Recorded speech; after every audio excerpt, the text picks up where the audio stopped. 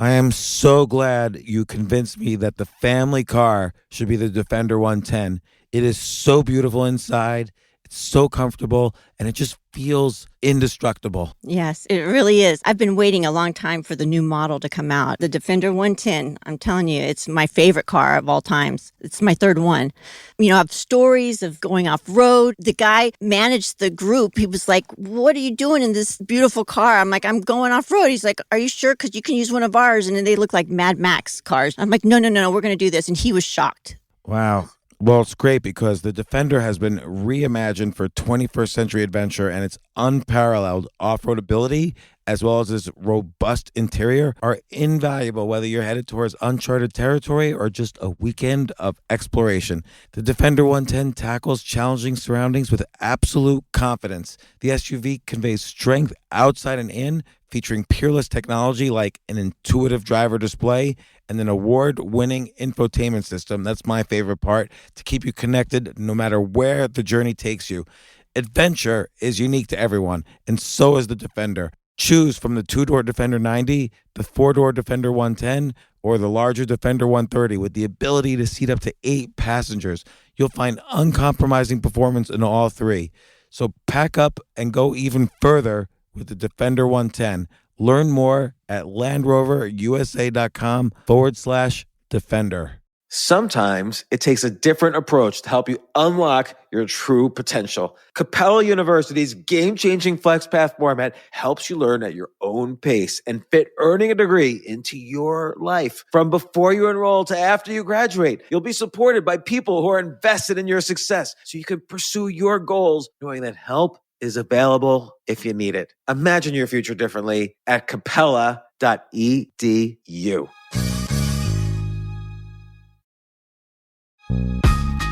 This isn't your average business podcast, and he's not your average host. This is the James Altucher Show on the Choose Yourself Network. Today on the James Altucher Show. But, you know, the happiest people I know are not informed. So the happiest people I know are, you know, Long Island gym teachers who don't care and go on, 2 vacations a year and don't have a ton of money and don't want it and don't, happiness and knowledge. I mean, it's just this complete I think, ignorance is to an extent bliss. I mean, if you find out the way the world works, I don't know that you're going to be happier or better for it. Except unless you view it as fun. And by the way, I have no opinion. I sort of view this as a game because, again, I don't know what the real narratives of anyone are. But you figured it out because you're living here. Like, you get it. See, here's the thing. And this is what most people can't admit. There's going to be a small group of people that get it. They get that it's a game. You're one of the people that get it. And then you do very well. But then there are the people that don't get it and won't get it and are like, did you hear what Elizabeth Warren said? And it's like, God, it doesn't matter. But they don't, it will never. And that's why you have a lot of people whose entire life, like I was in, I go to family over the holidays and everybody's up in arms about you didn't know who Elizabeth Warren was 6 months ago. And now she's either your God or the worst person you've ever met or you've ever seen. And it's like, isn't that interesting that your entire experience on Earth is being programmed like a TV network? Here are the stars you're going to talk about. Here are their storylines, and you're going to react to it exactly the way we knew you would. And that's why people get stuck in these dead-end jobs and relationships and things they don't like to do.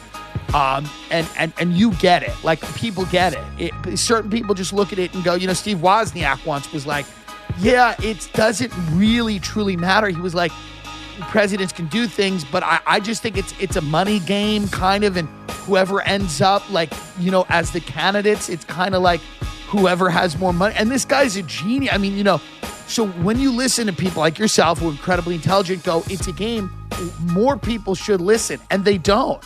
It's amazing that they don't.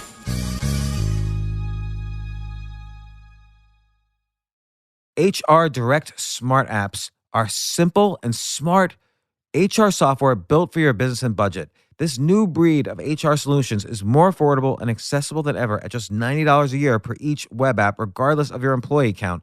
Web apps include compliance, hiring, time and attendance, and more. These are all things that are so hard when you're onboarding new employees, but HR Direct Smart Apps takes care of all that for you at a super cheap price. Get started with their free employee records app. It takes just minutes to set up and add your employees. Go today to HRDirectApps.com.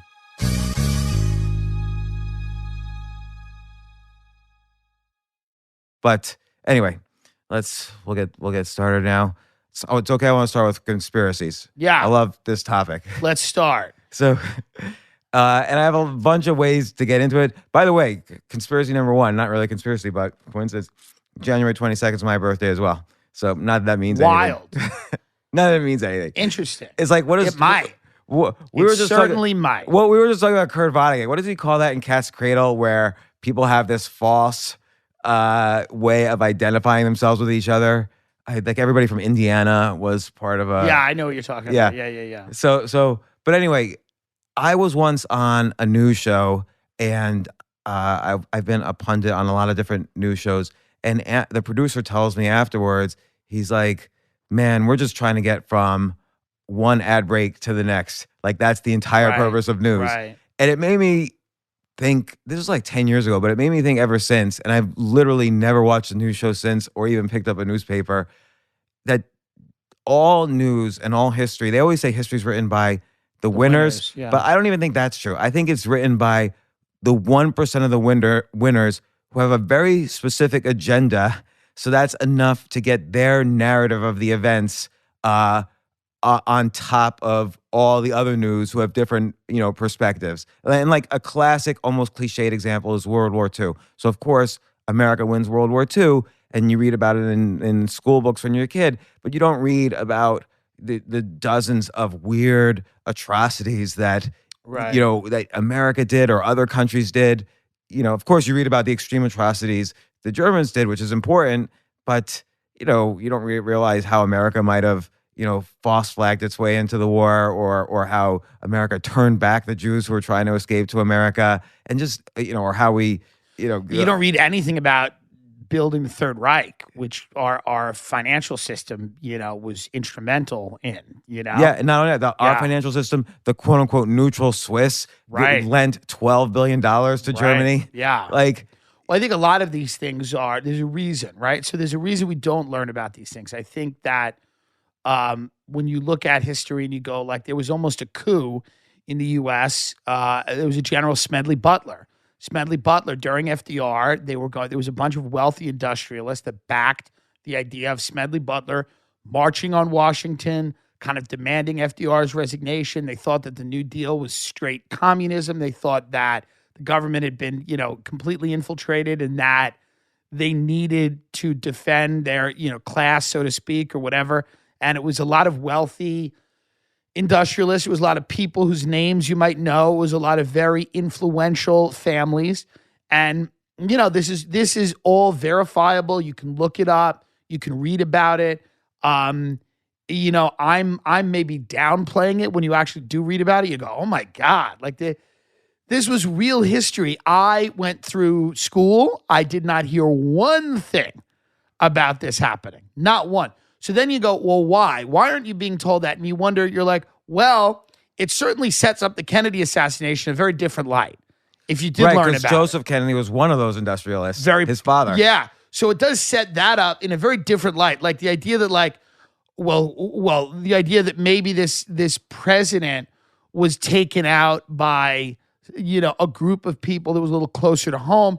There doesn't seem to be any precedent for, unless, not in America, like all over the world, we have coups, we have, all kinds of skullduggery that the CIA and other people have been involved in. But there's no domestic precedent for that unless you read about Smedley Butler. Then you start going, wow, so this actually was something that people considered. So I think whenever we're not hearing about something, there's probably a reason. Yeah, so take, your favorite current example, Jeffrey Epstein. Sure. Suddenly, he was in the news every day. Suicide. Then the next week, he's in the news every day. Then suddenly, 2 guards are indicted for criminal conspiracy. What's the conspiracy? It means someone else was involved. Right. And you never hear about it in the news again. Yeah. And like, why is it? Like, there's a reporter here. Well, for one thing, I think there are no more actual reporters breaking news. But Very few. even assuming there was, do the editors say, no, we can't write that? I think what happens is I don't think it's as top down as that from the people that I've spoken to and the people that I've had on my show. A lot of it is just that these news organizations depend on access to get a story, right? They depend on a White House press pass. They depend on leaks from an administration, not only the White House, but, it could be the mayor's office, whatever. They want to scoop. They want to scoop everybody else. This is what essentially news is, being first to get the story. Now, if you write things that are either overly critical of a certain person or administration, if you write things that are easily painted as conspiratorial, if you write things that are, if you really rock the boat, you begin to lose access to these people who your very livelihood depends on. You depend on these people to leak stories so that otherwise you're just chasing, 4 or 5 other news organizations that have already broken the story. And you don't want that. So I think that what happens is you go, well, we're not going to write about Prince Andrew because we want to interview Will and Kate. Right. So there's the hot mic at ABC. What happened to that anchor? Did she get in trouble or anything, or did she just apologize? Well, the girl who leaked the video was fired. Girl who took was the that video, the actual girl? was fired. I think there was some question like that they fired the wrong girl. Very possibly. I don't know. But I know that the ABC anchor came out and basically said, she did a whole big mea culpa. I'm sorry, da-da-da. It was a private moment. And which is always interesting to me because she's saying things that make sense. Yeah. So whenever somebody apologizes for things that make sense, I go, why are you doing that? Why are you apologizing for things that make sense?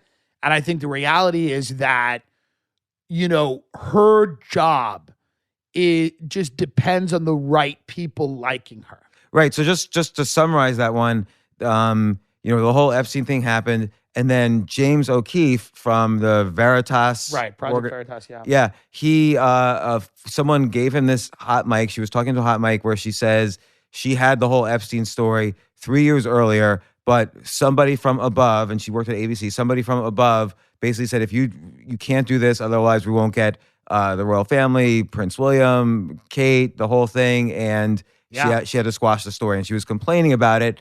And then she didn't get in trouble. But if I were her, I probably would have leaned into it. Like, damn right I said that, because then she could have pulled more of like a Megyn Kelly and gotten a much more higher paying job somewhere else. Yeah, potentially. Potentially. I think that all of these news organizations, whatever side they appear to be on politically, are all about loyalty, right? So you'd wonder if another news organization, even though she might be the hot thing of the moment, is she going to do that to us? Yeah. I think that's the big question. If somebody's going to hire her, they go, is she going to do that to us? Because all of these organizations want to control proprietary information. And they all don't want people running around, telling tales out of school and saying, well, we had this story, we had that, we were pressured, I think these pressures exist in a pretty uniform way across all these institutions. And it's very blatant. Like, I'll tell you a simple example. One time, this is like 2007 maybe, I was writing for the business section of the New York Post. And so the Dow Jones Industrial Index started in like the 1890s. That's the main way people measure the stock market. And the original companies, the only one that still exists is General Electric. And I sort of traced the history of the other companies in the original index, and they essentially had gone either bankrupt or disappeared in some way or other. So I wrote this article about it, which was kind of interesting historically, and it shows how, sometimes the, indices in the market might not mean the same thing. And the New York Post said, no, we don't think this article is interesting enough. We can't run it. And that's the only time out of like 100 articles that they had ever said no to. Well, it turns out the Dow Jones Index is owned by Fox, which owns the New York Post. So sometimes it's very blatant what happens. Pretty blatant, yeah. And that just goes, I've noticed that in every news organization I've been involved in, which is another reason why nothing at the top layer is accurate. Nothing even at the second layer, like interpreting the top layer, is accurate. Like so there's no way, unless you know people, to get the accurate news of what's happening right now. Right. Yeah. I think that the challenge now is, if you want to be informed, you have to read a wide range of information. You have to, because you have to cross-reference things. You have to see something here and go, okay, is it here? Is it here? Is it here? Who said it? Why? I mean, there's a lot more work you have to do now if you want to be informed. But, the happiest people I know are not informed. So the happiest people I know are, Long Island gym teachers who don't care and go on, 2 vacations a year and don't have a ton of money and don't want it. And, happiness and knowledge. I mean, it's just this complete I think, ignorance is to an extent bliss. I mean, if you find out the way the world works, I don't know that you're going to be happier or better for it. Except unless you view it as fun. Because if you view it as make it funny, right? That's, and I'm sure you do too. Like my job is to make dark things, a little better by being funny in the world out there. But I mean, there's things I know that I wish I didn't know and that other people don't. Well, because, for example, I mean, maybe wish I didn't know is the wrong word, but like when you're on the outside, there's only 2 places you can be, the inside or the outside. When you're on the outside, you appreciate things in a different way. Before I got into comedy, I appreciated it as kind of like magic. It was like this magic thing that I could just sit back and enjoy. And I didn't know what went into it. And I didn't know the pain and I didn't know like how dark it was and how many people fail at it and how many lives get ruined. I didn't know, all of the things that went into it that make it harder to kind of appreciate. Then I got into it and I'm on the inside of it. And I also didn't know how vapid some of it was and how boring, people talk about Hollywood as it's this dark and evil place. A lot of that's true, but a lot of it's also boring. It's just kind of vapid and, you would be surprised at how, how kind of, you meet a lot of these people and some of them are just very lucky. Some of them are not spectacular in any meaningful way. They were just good looking. They worked hard. Many of them are just sociopaths that don't feel anything. And that's such an asset. Such an asset to not feel anything, Right, when you're to pretend to be something else. Or to make yourself into someone who, doesn't feel anything. But you can't, in these interviews, no celebrity admits that. No celebrity admits like, I wanted this more than my family and friends and any meaningful relationship. And I just literally killed everything inside of me that felt. And I needed to do that they don't say that. They're like, I'm concerned about the climate, because they have to present, because that would ruin it, right? It would ruin it if your favorite actor or actress got on Good Morning America and was like, I was beaten every day by my alcoholic mother and told I wasn't good enough. And that's why I'm here. You couldn't have that. So you have to have somebody invent this narrative that may or may not exist. And sometimes it does, sometimes it doesn't. So when you're on the inside, you realize all that stuff and it lessens some of it. I guess in some ways it makes it more interesting. To me, it always makes it more interesting. But I don't appreciate it nearly as much as my friends that are just completely in that. Now, obviously, you can never go back. Right, and would you, if you knew this at the age of 25, would you have changed direction? Would you have not gone? No, I would have gone. The thing. I would have done exactly what I did. Yeah. So, I mean, saying that I wish I didn't know, it's a little different, but like, it certainly changes the way you look at things. Well, and you use the word narrative, and I think what's happened for me is that I can't look at anything as the straight story. I'm always trying to figure out, okay, this is this person's narrative. Now, what's 4 layers deeper? Why do they have this narrative? Right. And then why did they choose this narrative over others? This is why you can't, Republican or Democrat, you can't just look at them and say, oh, he stands for this, he's a good person, or she stands for this, she's a good person, because it's all a narrative based on polling and tests they've done in front of others, and you just don't know anything. Like when Mayor Pete has a smile, is he smiling? Is it a legitimate smile, or was he told this is how the moment scary you is smile? Mayor Pete? You know what's interesting about Mayor Pete? Somebody told me this. I found this very interesting. They said this was a very elite, well-placed person in a very wealthy family. And they said that Mayor Pete, they were like the scariest guys in the world are the Mayor Petes of the world. And I said, what do you mean by that? They said people without family money and without connections, but want it more than anything. They said people without that, without the family and the connections, but want it, will do anything. They goes, those are the truly terrifying human beings. Their ambition is unrivaled, and they don't have any fallback. There's nothing there's no comfort that surrounds them. So their ability to navigate the world and their ability to advance themselves is all based on, just kind of this ruthlessness and this idea that they'll kind of tell anybody anything. It's just a fascinating type of person. And that person is kind of terrifying. Yeah, because I just asked someone yesterday who said that they were for Mayor Pete. And by the way, I have no opinion. I sort of view this as a game because, again, I don't know what the real narratives of anyone are. But you figured it out because you're living here. Like, you get it. See, here's the thing. And this is what most people can't admit. There's going to be a small group of people that get it. They get that it's a game. You're one of the people that get it. And then you do very well. But then there are the people that don't get it and won't get it and are like, did you hear what Elizabeth Warren said? And it's like, God, it doesn't matter. But they don't, it will never. And that's why you have a lot of people whose entire life, like I was, I go to family over the holidays and everybody's up in arms about you didn't know who Elizabeth Warren was 6 months ago. And now she's either your God or the worst person you've ever met or you've ever seen. And it's like, isn't that interesting that your entire experience on earth is being programmed like a TV network? Here are the stars you're going to talk about. Here are their storylines, and you're going to react to it exactly the way we knew you would. And that's why people get stuck in these dead end jobs and relationships and things they don't like to do. And you get it. Like, people get it. Certain people just look at it and go, Steve Wozniak once was like, yeah, it doesn't really truly matter. He was like, presidents can do things, but I just think it's a money game kind of, and whoever ends up as the candidates, it's kind of like whoever has more money. And this guy's a genius. I mean, so when you listen to people like yourself who are incredibly intelligent go, it's a game, more people should listen. And they don't. It's amazing that they don't because they think you're wrong. Like, imagine that. It's fascinating to me. Well, it is because it has to be a game. And then you have to understand what the rules are. So you have to come...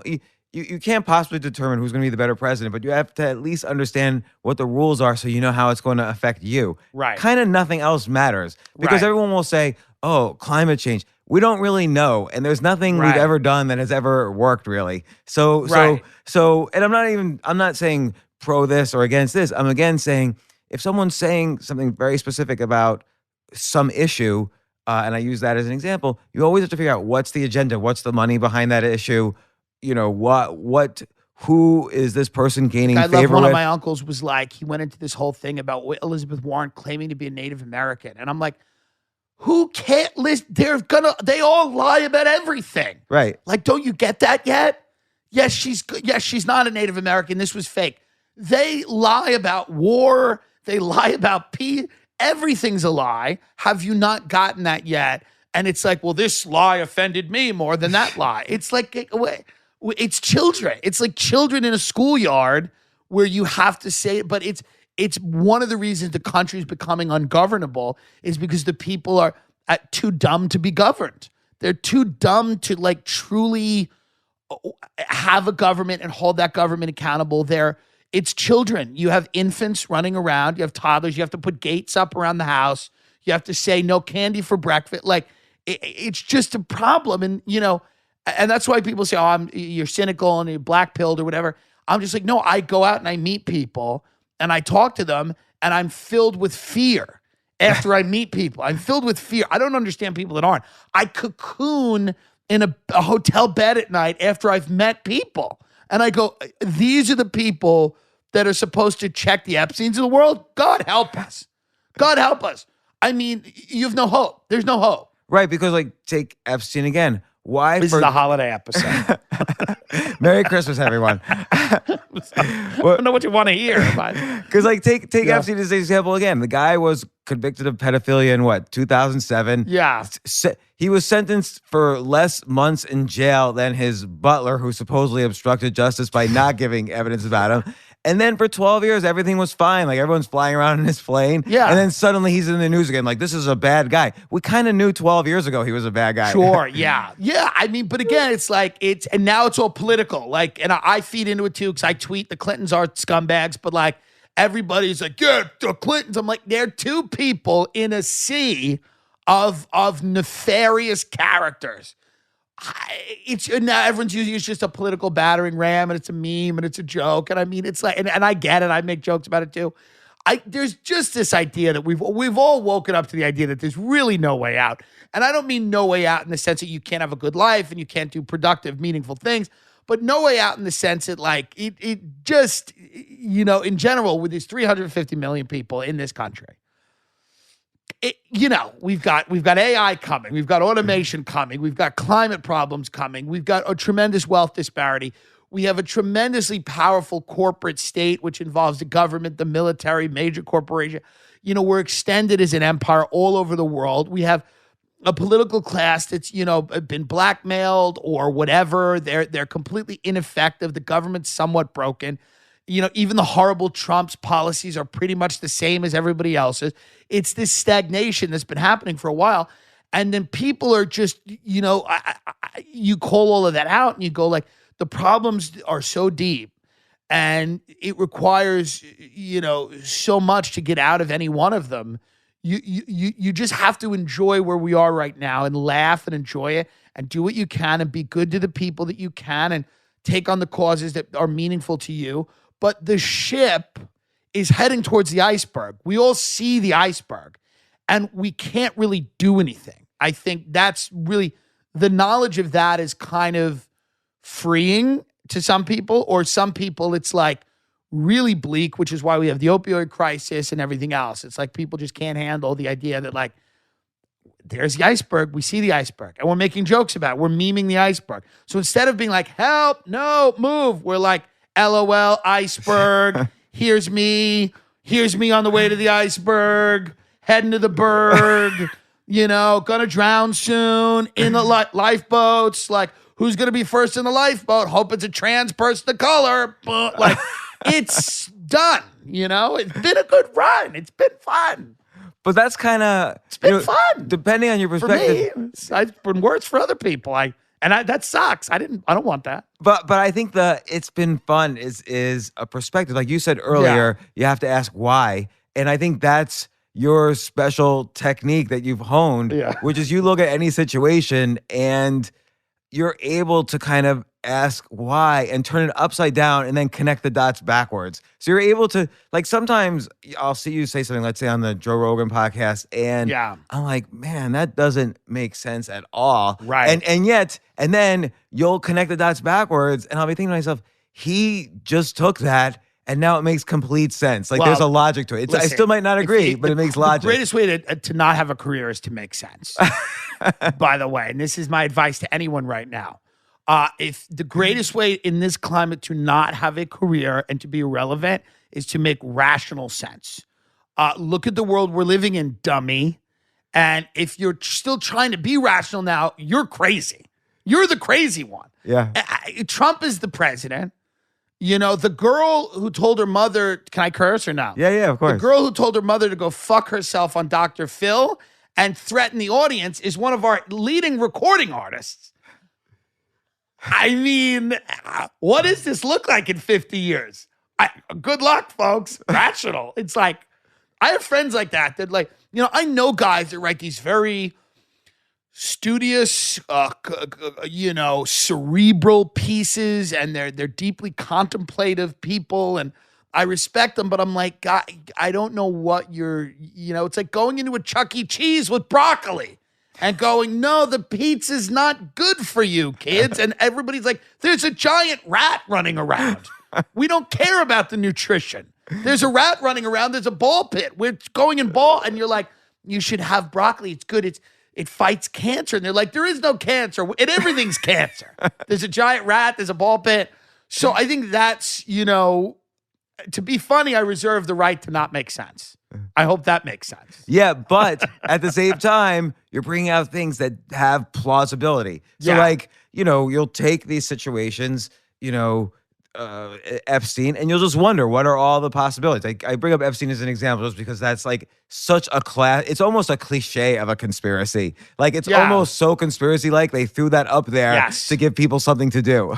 It's a Tom Clancy novel. It's a John Grisham novel. It's any of the novels. It's a rich guy and an island and the president and the Lolita Express and the planes and everybody's died. Royalty. royalty and celebrity. I mean, it just gives you a snapshot of a world that you know very little about.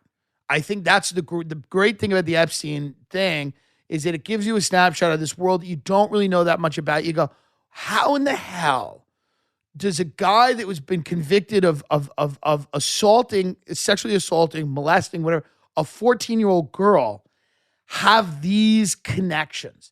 How is he this powerful? How is he able to not go to jail? A young, poor, black or Latino person who was smoking weed 20 blocks away 5 years ago, maybe a year ago, I don't even know what, would have been sent to jail for longer than that guy did for assaulting and ruining someone's life. So you go, what the hell is going on? Why does he know presidents? And why does he know scientists? And what? And then you start, and that's the big rabbit hole. And the big rabbit hole is just the question why, right? It begins with why. There was a guy I had on my podcast, Russ Baker. He wrote a book about the Bush family, Family of Secrets. Very interesting about that family. And it's not only about them, but, basically he goes, the whole question started with why. Why is this guy the president? And then he started digging into the family. And he goes, well, he's the president because his father was president. He goes, well, why was his father president? You go, well, because he was vice president. Well, why was he vice president? Well, then why? Because he was the ambassador to China. Well, why the hell was he ambassador to China? Because he ran the CIA. And that's when he stopped. He goes, why the hell did he run the CIA?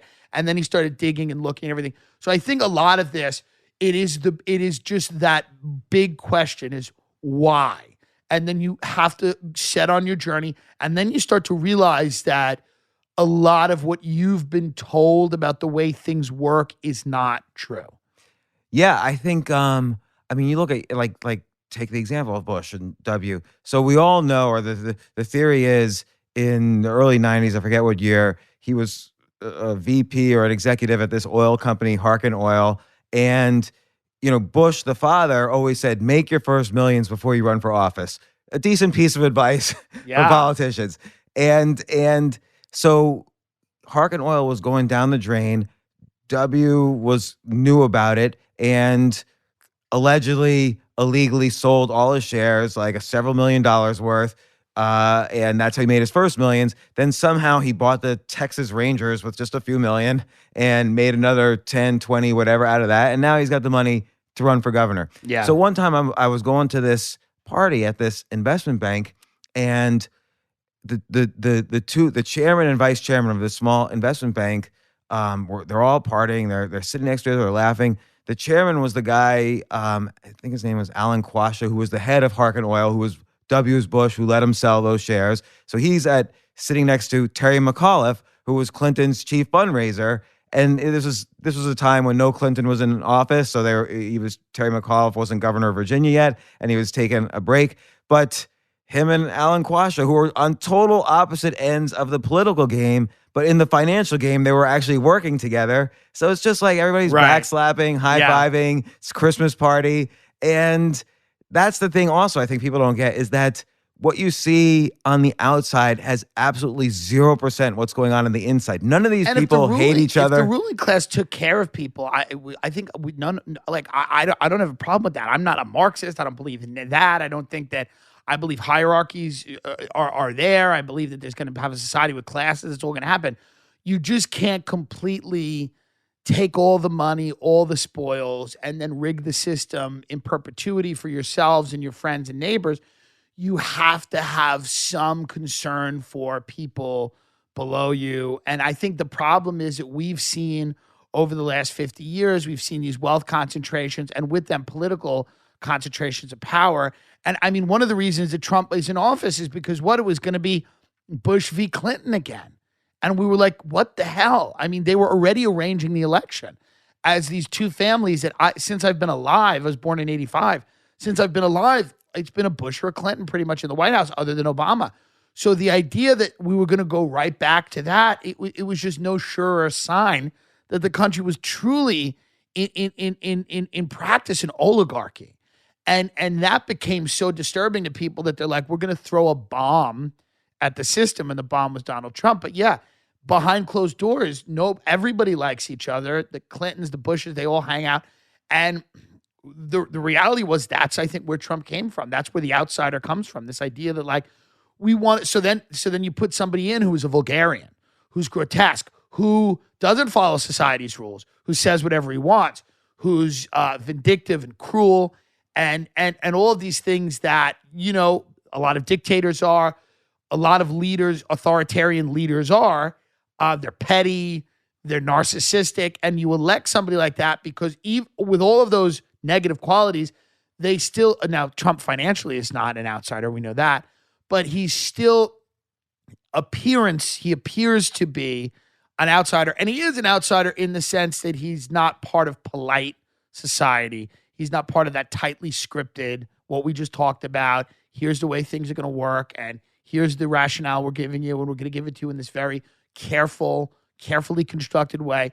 You have a guy who's a bull in a china shop, and the china shop is why we needed the bull. Like, and that's what people don't realize. You might hate Trump, you might not like him, you might think he's great, but he's necessitated by the idea that we've just had the same group of people recycling the same ideas that really haven't worked. And all we've seen is an erosion of people's, you know, not only their rights, but, you know, their money, their status in society, their station in society. And I mean, listen, I perform all over the country. It's not great out there.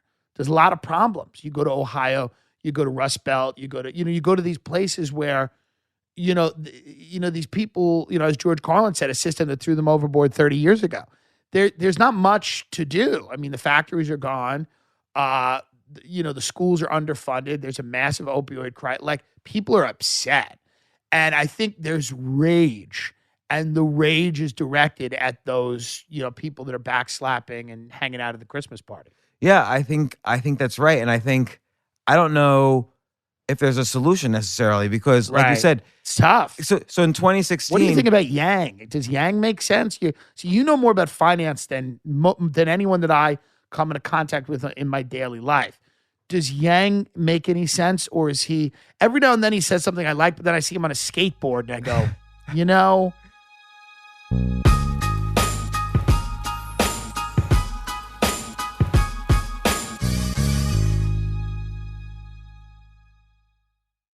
Yes, I like Yang, and I thought this is going to be the guy. Like, he felt smart. It felt like he also asks, why is this happening? It felt like he was sort of one of us a little bit. And then I even was like, I was texting him and he would text back. And so I thought, okay, I have his books here somewhere, and he was making sense in that way.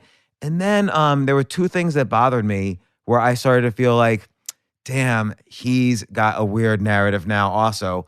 One, because I like the UBI, the idea of... Is it as bad as he says what's coming? No. I don't know. It's not as bad as he says. Okay. And that was the first problem. But the solution I like. I like the idea that use a progressive, not regressive, but a progressive sales tax essentially to pay for $1,000 a month for everybody. People can opt out of different social programs to get the UBI and so on. He had the math and the UBI makes sense. What I don't like is the fear mongering. So he says automation is going to take all the truckers' jobs. The truckers are going to rebel in the streets, and then automation is going to take everyone else's jobs. And this time things are different. And it's like a little bit of fear mongering. Like, everyone's scared now. Like, oh my gosh, automation is going to take everyone's jobs.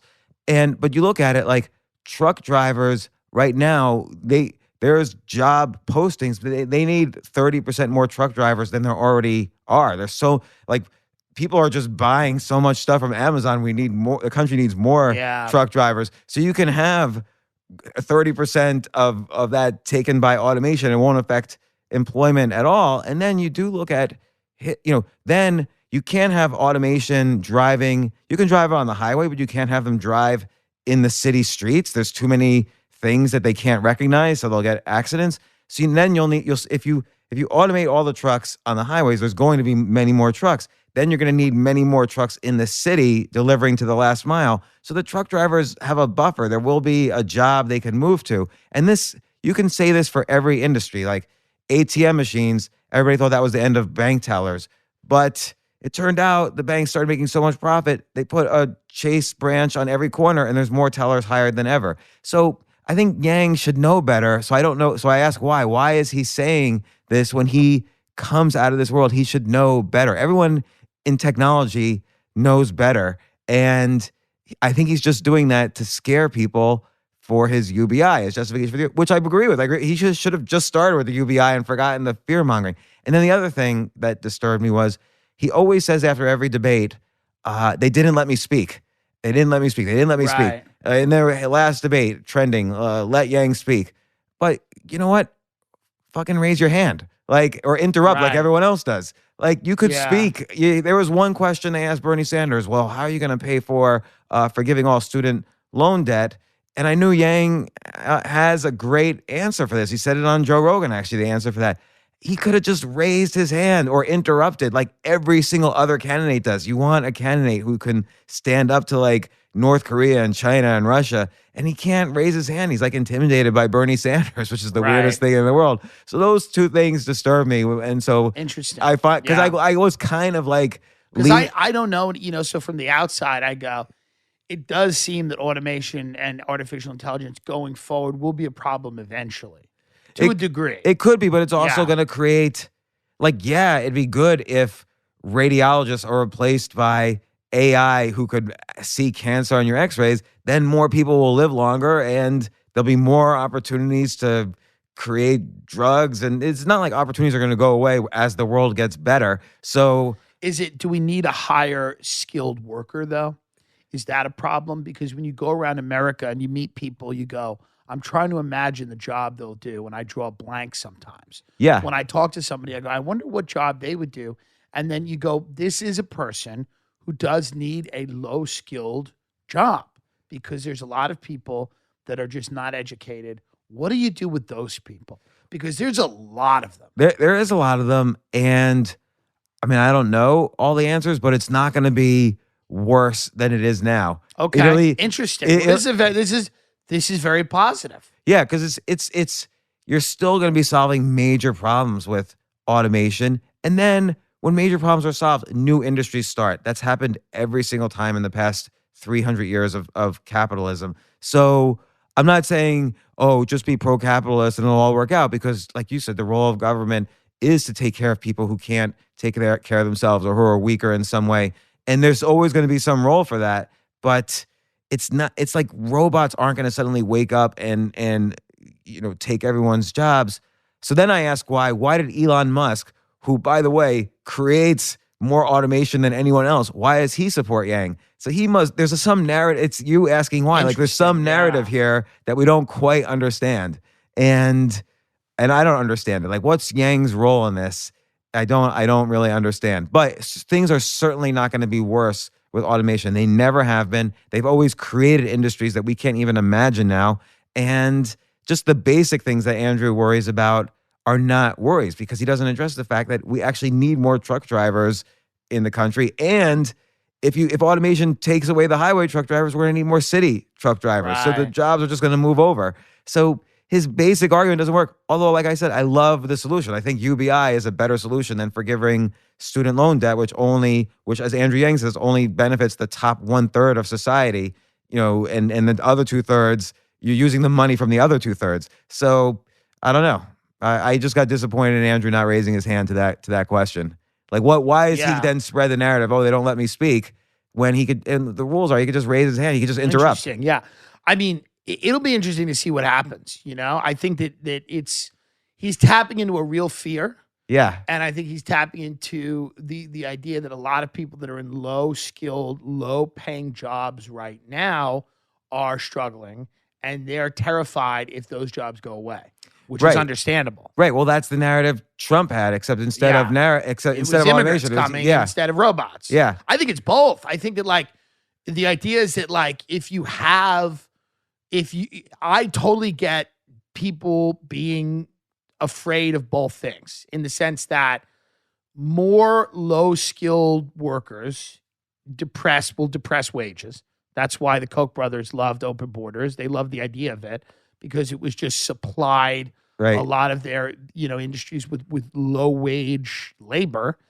And I understand people going, well, what the hell's going to happen if this job is done by a robot? So like, I think that fear is rational, even though it can be demagogued by people like Trump, and it can become very ugly, and it can become this kind of strain of nationalism that you don't want. But I think fear in and of itself is somewhat rational. And the idea that you should like be concerned with what you're going to be doing in 5 years or 10 years is, you know. I agree. It's scary. Like, I always wonder, and I wonder if you think about this when you see all the people traveling around. I always wonder, where is this person going to be when he's 70 years old? Right. So, because we're going to live to be 70, like lifespan's Yeah. increasing. Like, where are these people going to be? Like, they're not going to be doing, they're not going to be able to be doing the same job, or the job's Right. going to be gone or whatever. Just what's going to happen to everybody? I mean, it's going to be interesting. I mean, the people that are in their 40s, 50s now, that I mean, it's very tough to go out there and find something. I mean, it is very hard, which is why the Yang or somebody that recognizes the scope of the problem. See, I think that what makes Yang interesting as opposed to these other people is that even though, like you said, he's maybe dramatizing the effects of automation for his own personal gain, he talks with very big ideas. Yeah, he's super smart. He's got the highest IQ of all of them. The scope of the problems that we face are big. And when we see politicians talk about them, they make them very small, because in order to make them seem surmountable, these obstacles, you make them small. Go, well, on my first day, I'll commission a panel. I mean, I did it the other day on my podcast. I said, like, ask me any question, and I can just answer it by saying, on my first day, I'm going to get the smartest people, put them in a room, we're going to get a panel, I'm going to listen to people. I've been to the border, I've seen them, and it's just like a formula of what they say, and none of it means anything. It's just word salad. It's just like, smartest people, first day, I've been there, I've been all over the country, talking to people just like you. Their concerns are the same. So on day one, I'm going to commission a panel of people. We're going to raise taxes. We're going to, everything's just the same thing over and over again. So you have a Yang or somebody who comes in and goes, no, the robots are going to eat us, and you all get $1,000. You go, oh, okay. Well, that's different. Right, It's it's just different. craving that difference, which is where Trump came from. I think Trump's like, no, we're all liars. We're cheaters. We're liars. I'm the biggest liar and cheater, and now I'm going to help you. And everyone went, oh, well, that's nice. Well, think about it. Everybody has been different, right? So Trump was very different. Of course, Barack Obama was very different. Very different. In appearance. Yeah. Not in anything else. Right. No, I mean, I think he was a decent president, a good president for what he had to contend with. But, what was very interesting about Obama was it was pretty much business as usual. And Trump's kind of business as usual. Yeah, too. we're still in Afghanistan. We're still in Iraq. Iraq. We'll always be there. and they don't even explain why we're there anymore. Even W was different because people were sick of Clinton and Gore. Sure. Gore was just going to be a continuation of that. Yeah. And then Reagan was different from Carter. Carter was different from Nixon, Ford. Yeah. So, I think difference wins, not just in politics, but in career. Like, look at comedy. Who wins in comedy? You have, Louis C.K. was obviously very different. He was making a new special every year. It was kind of like started that whole trend of we've got to write and rewrite and take every topic under the sun and make a new special every year. You're very different with you have this like kind of such a strong point of view. Again, I said it before, but you're kind of like taking what everybody's thinking and twisting it into something funny, like a pretzel that looks funny now, as opposed to like just this. And I don't know what comedian is just the standard thing, and then he just rises up and becomes successful. I can't think of anybody who's just like, oh yeah, let's just follow the line. So what do you think it is? Because it's interesting, because I criticize a lot of like what I consider to be hucksters. They peddle this idea that everybody just has to hustle and grind and go out and do this and that and the other thing, because I think that at the end of the day, a lot of people are just not built to have their own business. That's just the reality. It doesn't mean that they're bad people, but there's just a lot of people that are not. So to tell everyone they should be their own boss, or that there's a business inside of everyone, or any of those things, I don't think are true. However, I do think that people should try to do but how do you reconcile the idea of people having a nature? And some people's nature is to be a leader. Some people's nature is to be a follower. It's not a judgment on them as a person. I know there's a lot of bad leaders and a lot of good followers. And I don't even mean in their private life. I'm just talking about the way that it all shakes out in the world. I do videos about Gary Vee and stuff that are kind of funny, poking fun at him. I don't think he's the worst guy in the world, but like that whole ethos of telling my whole generation of people and the people under me that they all need to have their own company. It doesn't matter if they don't know what, or, like one of my favorite quotes from Gary is he goes, ideas are shit. It's all about execution. It's like, well, then what are we doing? What are we executing? So to me, it's like, that's the big fake out of the whole thing. It's like, ideas are shit. Doesn't matter. Just execute. And it's like, execute what? Right. Or execute how? Right. Because you need ideas on execution. Like there's bad execution and there's good execution. Right. Like I've seen plenty of businesses fail because they took the hard way to execute something as opposed to a much easier way, just because they didn't have practice coming up with ideas. You have to be good at coming up with ideas to know how to execute something. But let me ask you, why do you think someone like Gary or other kind of business self-help gurus that appeal to a certain audience, why do you think they're saying that? Well, I don't know. I think that they're making, this is how that they, this is their business, right? Their business, they're selling an idea. And the idea is that people are going to be self-sufficient and successful and happy if they follow this 10-point plan or if they do X, Y, and Z. I just find a lot of it to be hollow. Because people ask me all the time about like, how does somebody start in comedy, this, that, and the other thing. I'm like, you just figure it out. There is really no blueprint. You're either kind of meant to be in this crazy world or you're not. And you're going to figure that out relatively quickly, maybe, if you're a self-aware person. There's a tremendous amount of sacrifice you have to put into getting good at it. And you probably have to be a little crazy. You probably have to be a little off-center to truly want to get involved in this, right? So already it's very tough to then write a blueprint for somebody because there's so many variables. So when I see Gary and people like that just pollute, because his whole theory of everything is just pollute the world with content. Post 4 times a day. It doesn't really matter what you're saying. Ideas are shit, execution. And to me, that type of stuff's ruining the world. The idea of we just pollute with no thought behind it.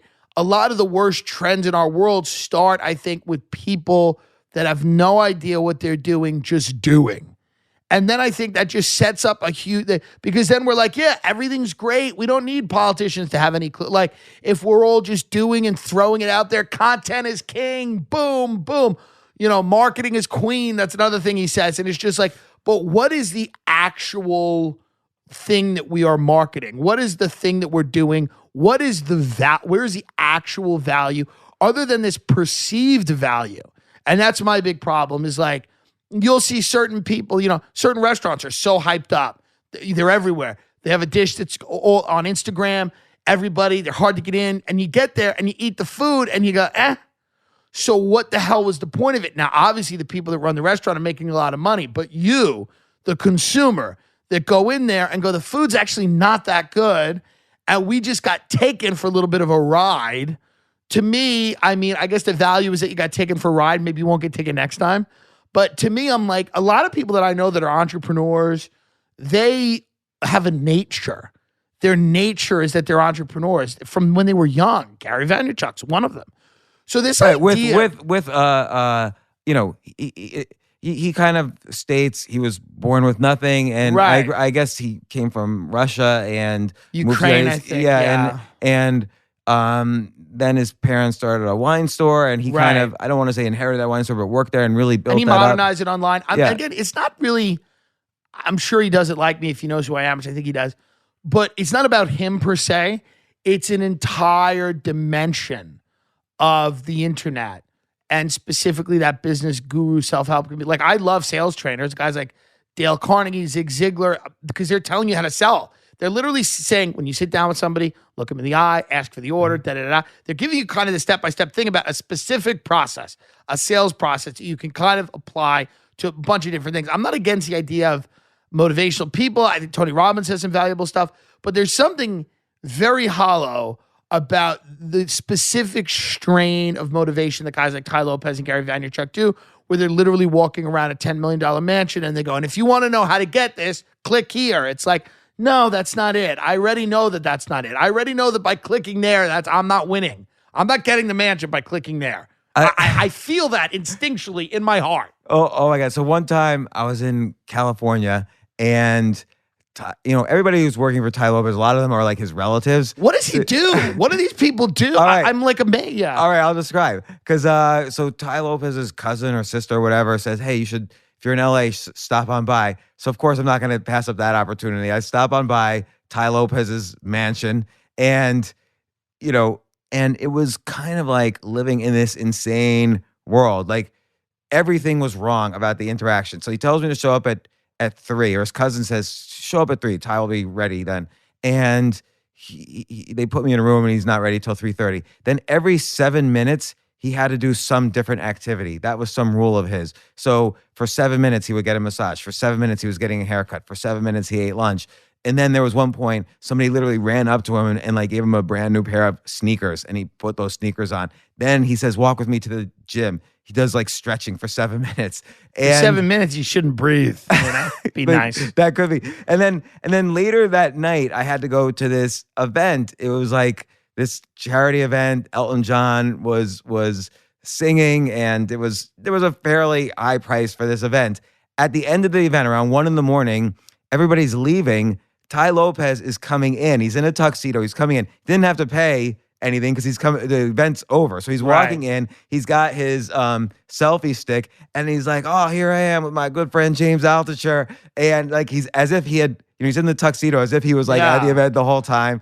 And but it's the same thing with a lot of these guys. They create this vision of this world, this imaginary world. Like the mansion he rents. You go to, he has this one ad where it's like, you got to read books. You go to where the books are. It's all like these, fake, like, it's like this statue of books, like carved into his. So everything is kind of like a mirage. Yeah. And then, but he's selling this dream, and people, young people in particular, buy into it. And then since Ty Lopez has no actual expertise himself, and I'm just, I don't know, maybe he does, but then he'll team up with some real estate investor, and he's like, here's my good friend who does real estate investing. You could buy this course for $6,000, and your very first deal, you're going to make $300,000.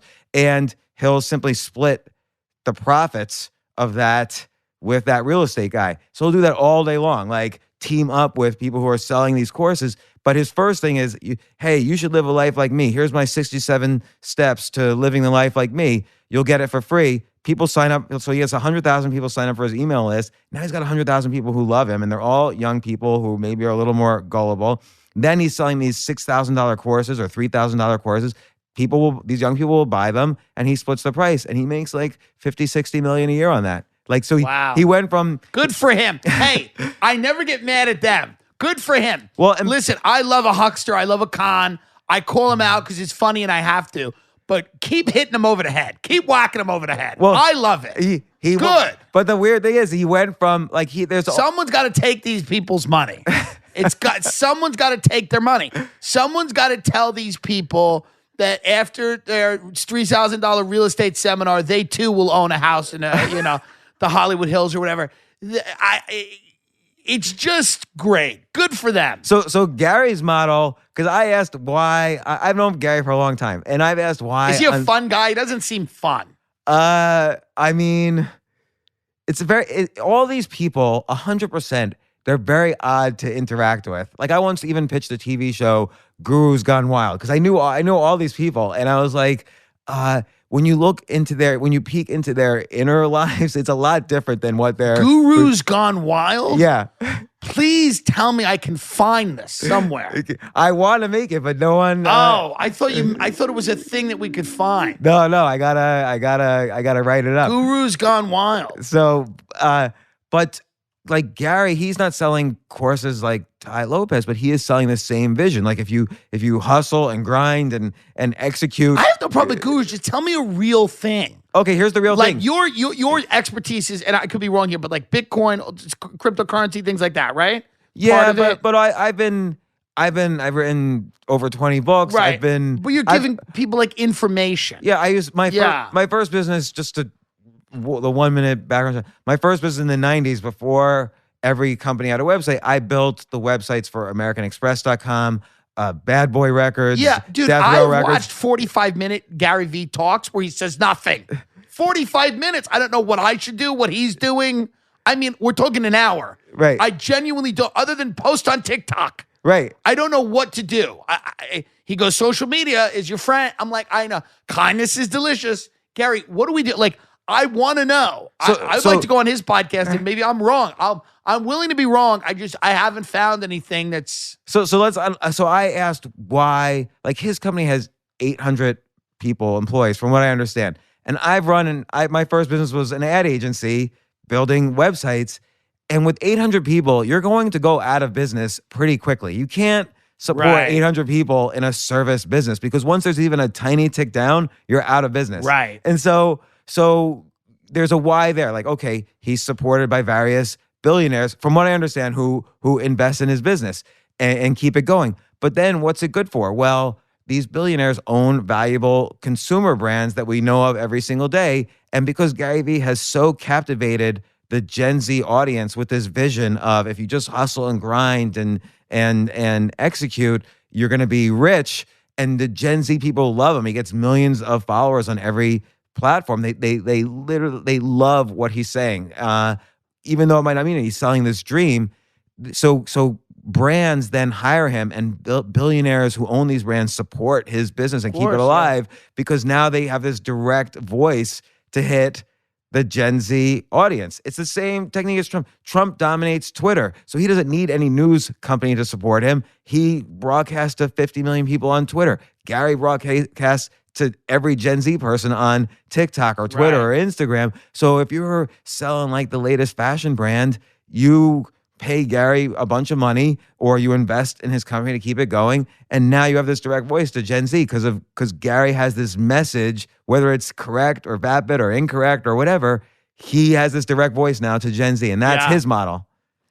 Well, God love him. Again, I don't begrudge anyone the way they make money. I have to call out things that are funny, and they're fun. It's funny. It's funny to have somebody all day tell you to hustle or grind. It's just funny. It's especially funny when there is no mental health care in the country, and that's all you get. Yeah. All you get is a guy on Instagram telling you to hustle. Well, that's funny to me. That's where the world is at. One time I took a bunch of his photos where he's giving all these inspirational quotes, but every photo has him just looking at his phone in different positions. He's like sitting looking at his phone, he's on a bus looking at his phone, he's on a train looking at his phone. And I what if they took a phone away from that guy for like an hour? What would he do? Would he bite someone? Would he kill somebody? I don't think he would know what to say or what to do. And I put it up on my Instagram, this 9x9 grid of him looking at a phone, and like I say, Gary, what are you looking at? And that's the last time he ever spoke to me. Interesting. So I think I don't know. You never Seems know, a little right? Sensitive. Yeah, you never know. Maybe he's just busy, but usually we would have some back and forth. And that was that. Interesting. But that's again, like, everything on the surface has some narrative. So and you never hear what the actual narrative is. I had to dig to figure out how is he in business? I had to dig to figure out how does he instantly get millions of followers on every platform? Like, it's strange stuff happening. And then also, because he has this Gen Z audience, companies will come up to him, and Uber will come up to him and say, hey, can you be an advisor? We'll give you 0.25% of the company. And he collects those little advisory percentages as well. And you can make a ton of money that way. Right. God love him. Yeah. God bless. So it is interesting, the idea, no one will say the actual there's the mountaintop, and then no one will say the entire narrative that's underneath the mountaintop. Yeah. Like, take MK Ultra, which you've talked about a lot. Yeah. That's kind of created modern society. Right. If you think about it, like, it created the whole hippie culture of the 60s because the government was giving acid to every John in San Francisco. Yeah. Yeah, I mean, MK is very interesting because it's these things that people just really don't know about. But it's definitely true. But it's always labeled a conspiracy. It's always labeled a conspiracy. It was a government basically trying to figure out how to control people's minds through psychedelic drugs, through certain tests, through depending on who you talk to, through very traumatic events that they either put people through or took people from those traumatic events. And so, so the reality is you have during the Cold War, you had the Russians and us basically trying to create super soldiers. We're experimenting with the idea of what would it take to create somebody who was, we could split their mind up so that they were the super spy, that they, wouldn't be able to confess any information because they genuinely didn't know it because that was in one part of their brain they couldn't access. It was one personality and the other person. And, what about a Manchurian candidate where you could essentially just have somebody be the president or be a senator, but literally be secretly controlled by,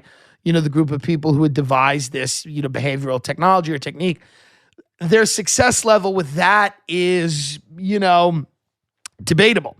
There are some people that believe that they were very successful at it and they were able to use it on people like Sirhan, who assassinated Bobby Kennedy, and that it still works to this day. There are some people that will tell you that they were never able to do it. They were never able to hijack somebody's mind 100%. I don't know. I'm not a scientist. I'm not a doctor.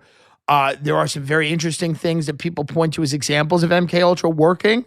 Sirhan's an example of that, where you look at it and you go, hey, it is a guy behaving very oddly. And, I don't know. You have a guy that assassinated or tried to kill Reagan, quote unquote, because he, supposedly loved Jodie Foster. And then you look at this guy, John Hinckley Jr., the Hinckley family and the Bush family were actually friends. Neil Bush was having dinner with the Hinckley family was scheduled to have dinner with them the day that one of their sons shot the president, which would make who the president? Neil Bush's father. Again, if it happened in Russia, we'd all go, see, Putin, conspiracy. Happens in America, we all just kind of ignore it. Very interesting to me. That's just a string of fun coincidences. Again, to me, it's a coincidence if you're on a train and somebody next to you grew up in your town. That's a coincidence. The idea that of however many million people were in the country at that time, not as many as we have now, but a lot. The idea that the guy that tried to assassinate the president, his family was having dinner with the vice president's And that's son. definite? Because I didn't hear that. Fact. Fact. Can go look it up. Having dinner with the vice president's son, the guy who stood to inherit the job if Reagan was killed, that is an interesting coincidence. Just a fun coincidence that is 100% fact. You can look it up. It's Washington Post, New York Times, real deal. And why did he try to assassinate Reagan? Supposedly because he loved Jodie Foster. Which is a narrative. That's the narrative. So, again, do you know? What do I know? I just look at all these things and go, this seems odd. Because as a comedian, I think my job is to go, this seems odd. That's the base level of my job, is to go, there's a frozen yogurt place on every corner and yet people think it's healthy. That seems odd. And I write a dumb bit about that. Or, hey, the president's assassin's brother was going to have dinner with the vice president. That seems odd. Okay, but does it seem odd that they would schedule a dinner, almost like a celebratory dinner, the day a family member is... I find it odd they know each other. I find it odd that they even know each other on a level where they could be friends to that degree.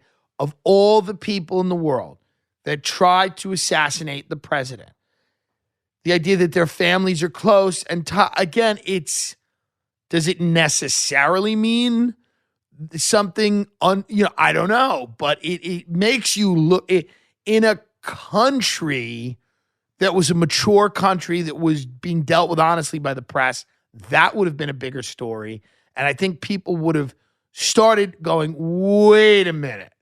We want answers on this more than just JFK, same thing. We want answers on this. Yeah, by the way, you took a photo of yourself at the X, which, by the way, is very weird. Yeah. As you pointed out, that in Dallas, there's an X right at the spot where John F. Kennedy was shot. Yes. A week earlier, my wife, Robin, and I, we were in Dallas and did an Instagram video right at the X. And there's I don't know if you met this guy. There's a guy standing right there, at least he was then, where he kind of describes, and he's selling a DVD. Here's where the shots came from. Here's, Lee Harvey Oswald was actually on the second floor eating lunch, and he was eating with his boss, and he wasn't on the 7th floor or the 6th floor or whatever, and no shots even came from the school board depository.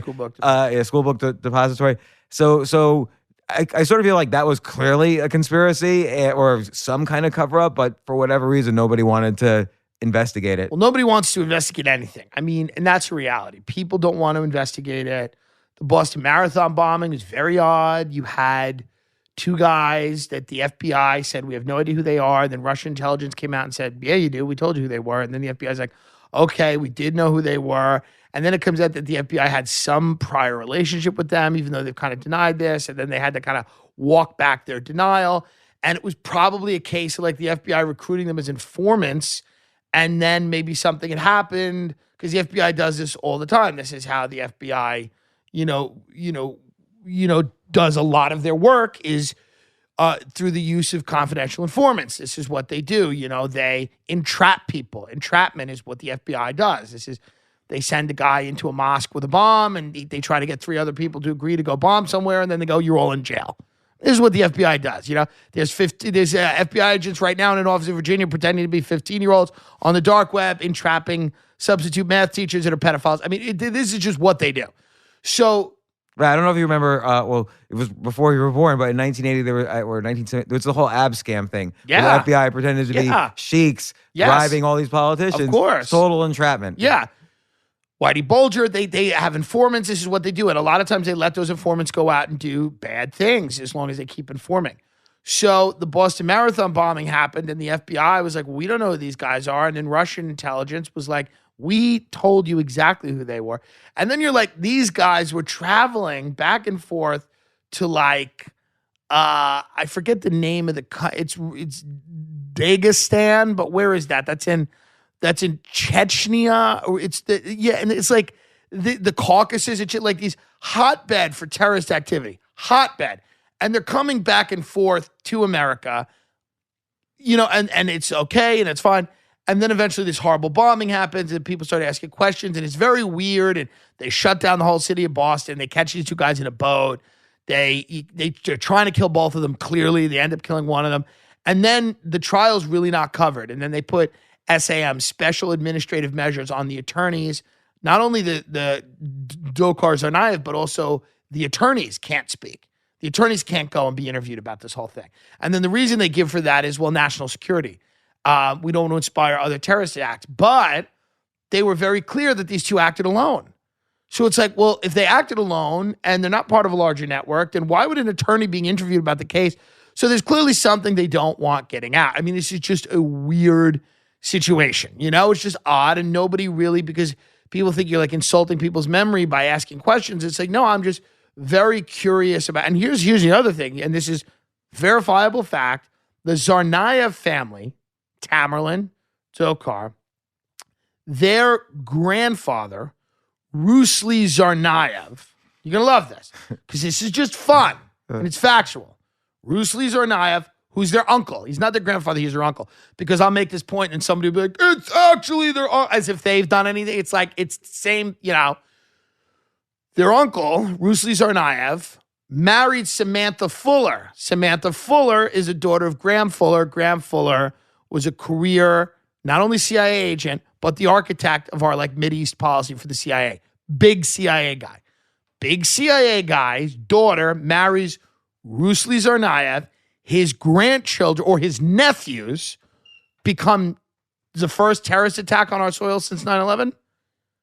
Interesting. Very weird. Shadowy labyrinth of connections there. I don't know what that means. I can't tell you what it means. I know that that's a fact. And I know that that's very interesting for me. And it's an odd coincidence that this guy married into a CIA family and his nephews end up having some type of relationship with the FBI that the FBI doesn't come out about. And then they end up doing this horrible thing in Boston. It's weird. And a mind like mine, it's hard to shut those things off. Well, but I think that's the solution. Like you say, like this scares you at night, all of these things.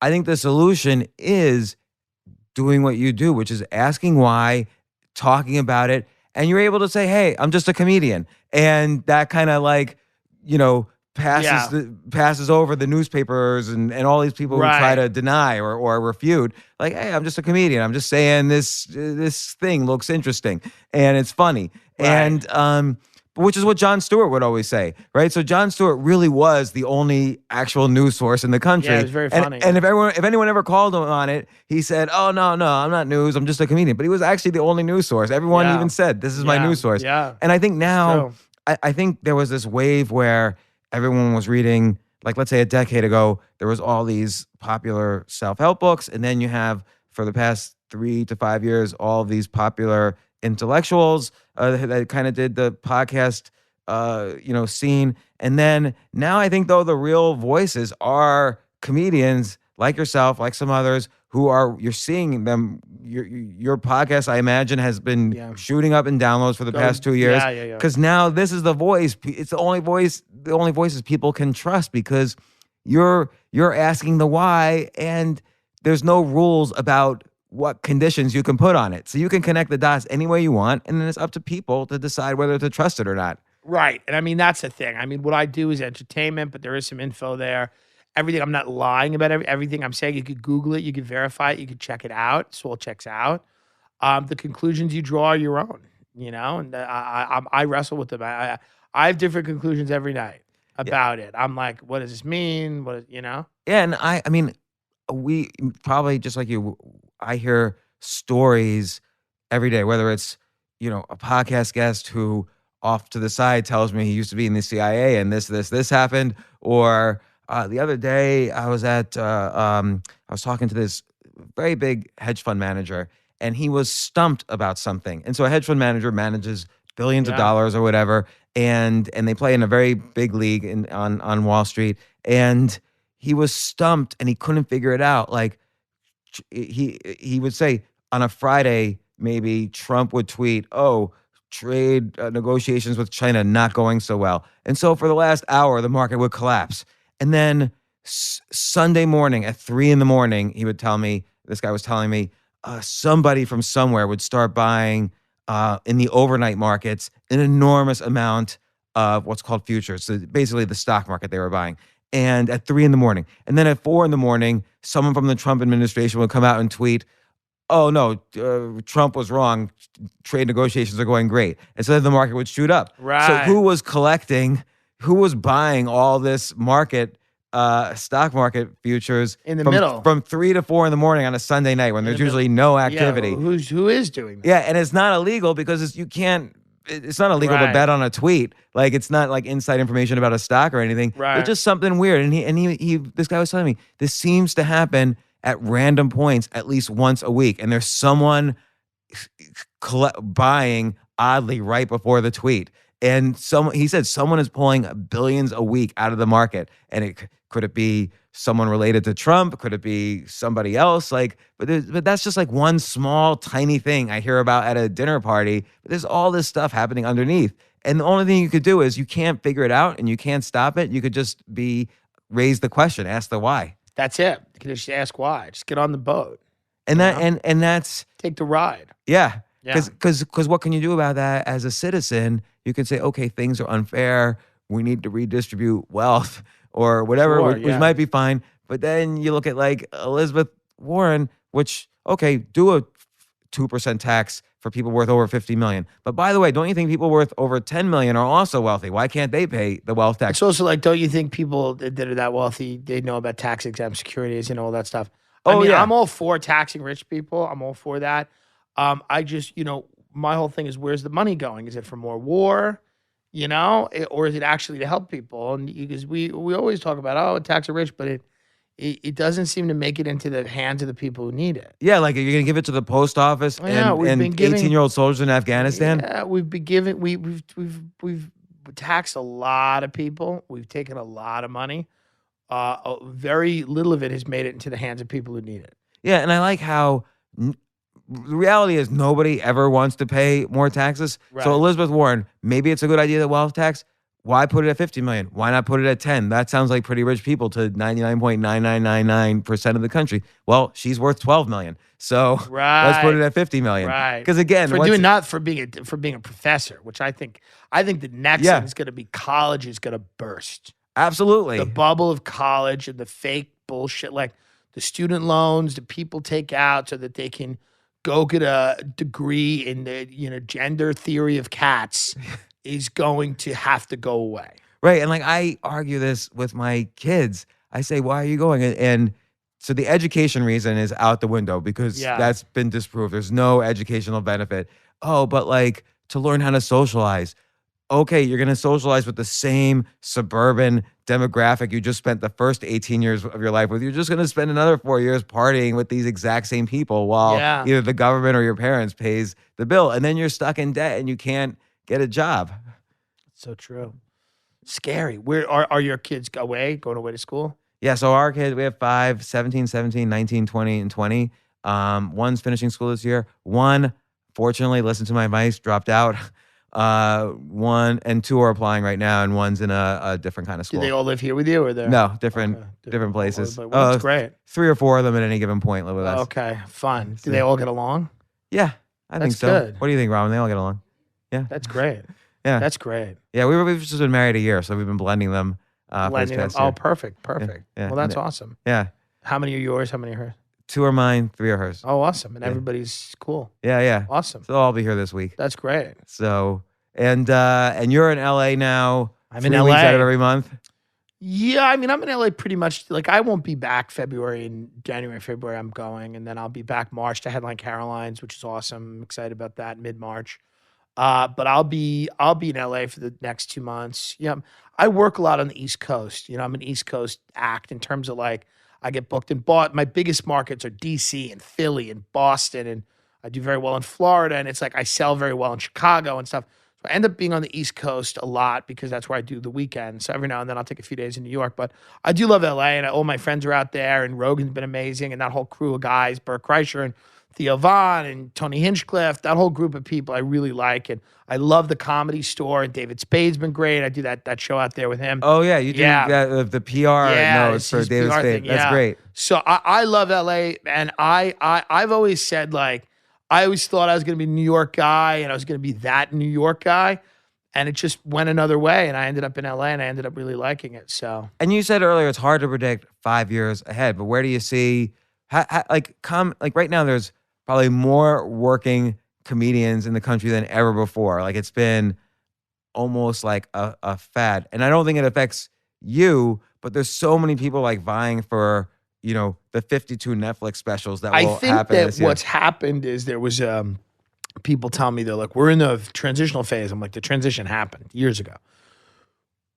What is a comedian? What's considered a comedian right now is very different than what was considered a comedian even 3-4 years ago. It is a broad definition that includes people online, people on the internet, people that are on social media, people that are vlogging, people that are YouTube stars, people that and all of those people can do live events, whether they choose to do stand-up or a podcast or a meet and greet. They can fill seats. You are now competing with everybody that's interesting or entertaining throughout all of the media landscape. That is fucking terrifying for a lot of people. I love stand-up. It's my first love. I'll do it all the time. But if you're just doing stand-up comedy right now, you're a blacksmith, and you have to be, conscious of the fact that the fans you're going to get are going to find you on their phones. They're not going to find you at a comedy club, no matter how prestigious it is. And hopefully those people follow you into comedy clubs and then follow you into theaters. But you're not doing yourself any favors by not being on social media or not trying to, not only not being, you got to be funny on social media. You have to figure out a way. That's part of your job, is to find out how to be, you might hate it. Part of your job is to find out how to be funny on Twitter, funny on Instagram, maybe funny on TikTok, certainly funny on YouTube. That's part of your job description now. It wasn't, it was maybe 5 years ago if you were really ahead of the game, but certainly it wasn't 10 years ago. But it is now, and it's non-negotiable. I think that, so where it goes 5 years from now, who knows? But I do know that you're going to see the people that have figured it out and are figuring it out. I think their careers will flourish or blossom to a degree. Maybe the era of superstardom is over, the idea of the massive arenas, and that can still happen. But I think you're going to have your people. They're going to come out to see you. You're going to find a way to monetize that. They're going to enjoy what you say. There's going to be a lot of voices, and there's going to be small groups of people that enjoy those voices, as opposed to this top-down, gatekeeper enforced sphere of people. And then there's just this rigid hierarchy, and you can only kind of move up with when. But I mean, I could be wrong. These big streaming services, they could come in and colonize the internet. They probably will. And, it might go back to a more traditional trajectory in the new media landscape. You can already see it happening on YouTube and in certain places that, the cartels are involved, the big companies are involved, the entertainment companies are involved. They might carve the space out, and, you may go back to like gatekeepers may start being reintroduced. I mean, they're still around. Tech is still in its own way a gatekeeper. We're all kind of slaves to the algorithm. Yeah. But that is the future. So if you're a comedian right now and you're not spending a few minutes, really ideally an hour a day, looking at your, not to use Gary's word, but your socials, you really have to dedicate yourself to that, because the nature of the job has kind of changed. You still have to be funny, but no one cares about the New York Times writing a review about your set. It's no one cares.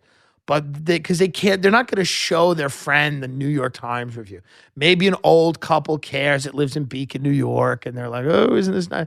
But the majority of people are showing people a funny video you made or a funny stand-up clip, or they're sending somebody your podcast, go listen to this. And if you don't have those things, how are people finding out about you? It's just not happening. So it's funny. This is going to be like a little bit the Gary Vee podcast. Yeah. But his book, Crushing It, which I think he wrote in, I want to say 2010 or 2009. Yeah. I wrote the forward to Crushing It. I'm kidding. That'd be awesome. But that was for me like his best book, because that's what you're doing. Like every day you post on Twitter, Instagram, YouTube. You probably think about your podcast. Crushing It is basically being on all the platforms, responding to some of the comments, and that's what he means by it. And that works.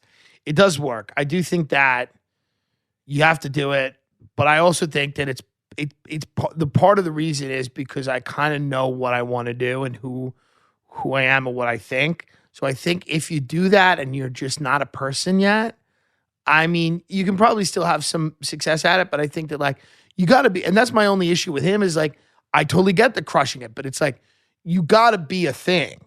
Right. Like, and I think that's the thing is like, you got to interface with the world from a certain position. And to me as a comedian, you got like, what is your funny? Who is your audience? Where are you? What is the impetus for why people should follow you? Somebody said very early on, they said, if you don't make it, who loses out? If no one comes to the show, That's what a are great they quote. losing out on? I love that quote. Who said that? Someone who didn't make it. And they were probably quoting someone who did. But it was said to me in a Long Island diner by someone who said, yeah, what are people losing out on if you don't pop? Or That is the most amazing quote I've heard in a while. So it's true. That's what I like when I do my sketches or my video or anything like that.